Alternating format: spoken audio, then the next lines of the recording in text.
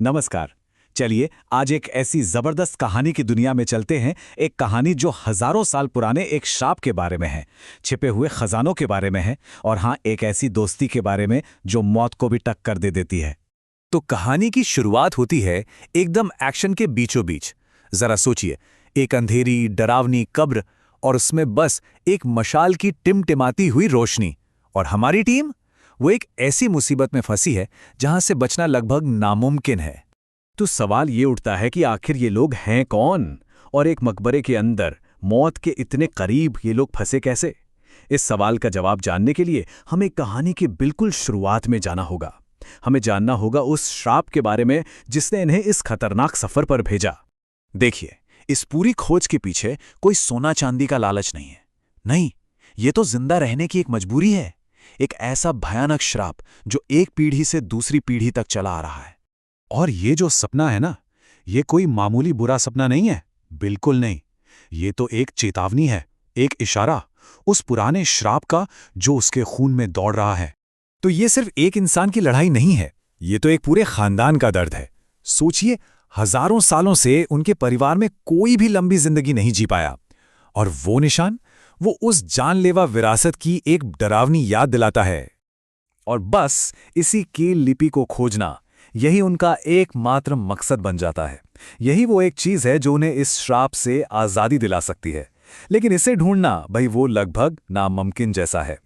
अब किसी भी खजाने की खोज में सबसे पहली और जरूरी चीज क्या होती है? बिल्कुल सही, नक्शा। और इस कहानी में ये कोई ऐसा वैसा नक्शा नहीं है। यही वो नक्शा है जो कील लिपि तक पहुंचने का इकलौता रास्ता है। लेकिन इसे हासिल करना अपने आप में ही एक बहुत बड़ा और खतरनाक मिशन है। तो उनका प्लान काफी रिस्की है। उन्हें एक बदनाम भूतिया बाजार में जाना है। ये बाजार किंग राजवंश के जमाने से चल रहा है, और ये एक ऐसी जगह है जहां सौदे आधी रात को होते हैं, और कहते हैं कि यहां से खरीदार कभी कभी जिंदा वापस नहीं लौटते। और मजे की बात यह है कि नक्शे की कीमत पैसों में नहीं है, बल्कि एक शर्त है। शर्ली, जो इस नक्शे की मालकिन है, वो कहती है कि मैं तुम्हारे साथ इस खतरनाक सफर पर चलूंगी। और बस इसी तरह टीम में एक नया और बहुत ही जरूरी मेंबर जुड़ जाता है। तो चलिए, नक्शा तो हाथ में आ गया, लेकिन असली खतरा तो अब शुरू होता है। उनका पहला पड़ाव है एक ऐसी नदी जिसके बारे में सिर्फ और सिर्फ डरावनी कहानियां ही मशहूर हैं। वहां के लोग मानते हैं कि उस नदी का देवता है ड्रैगन किंग, पर हमारी टीम को बहुत जल्दी पता चल जाता है कि ये सिर्फ एक किंवदंती नहीं है। जो हकीकत है वो कहानी से कहीं ज्यादा खौफनाक है। ये कोई बड़ी सी मछली नहीं थी, ये एक असली राक्षस था जो उनकी नाव को किसी खिलौने की तरह हवा में उछाल देता है।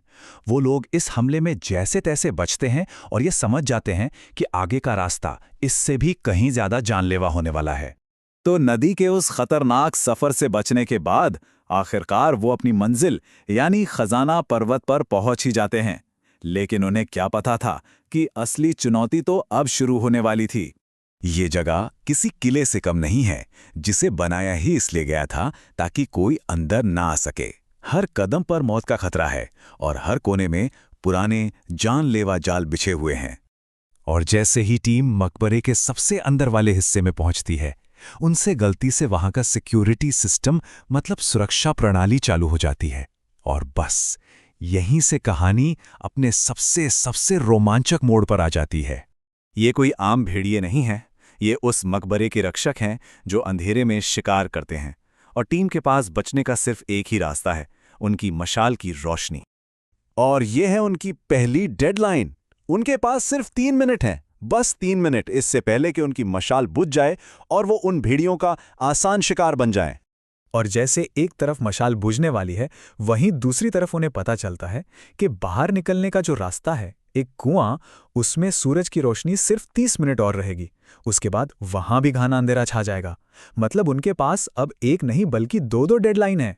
तो मौत के मुंह से बाहर निकलने के बाद टीम को यह एहसास होता है कि इस एक अनुभव ने उन्हें हमेशा के लिए बदल कर रख दिया है। देखिए, वो कील लिपि तो नहीं ढूंढ पाए, लेकिन उन्हें कुछ उससे भी ज्यादा कीमती मिला, एक दूसरे पर अटूट भरोसा।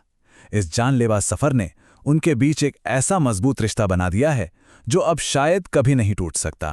तो हार मानने के बजाय उनका इरादा और भी पक्का हो जाता है। वो जानते हैं कि उन्हें वापस उसी जगह जाना होगा, खतरा चाहे कितना भी बड़ा क्यों ना हो, क्योंकि उनका मिशन अभी अधूरा है। और यही सवाल हमें कहानी के एक नए मोड़ पर लाकर खड़ा कर देता है।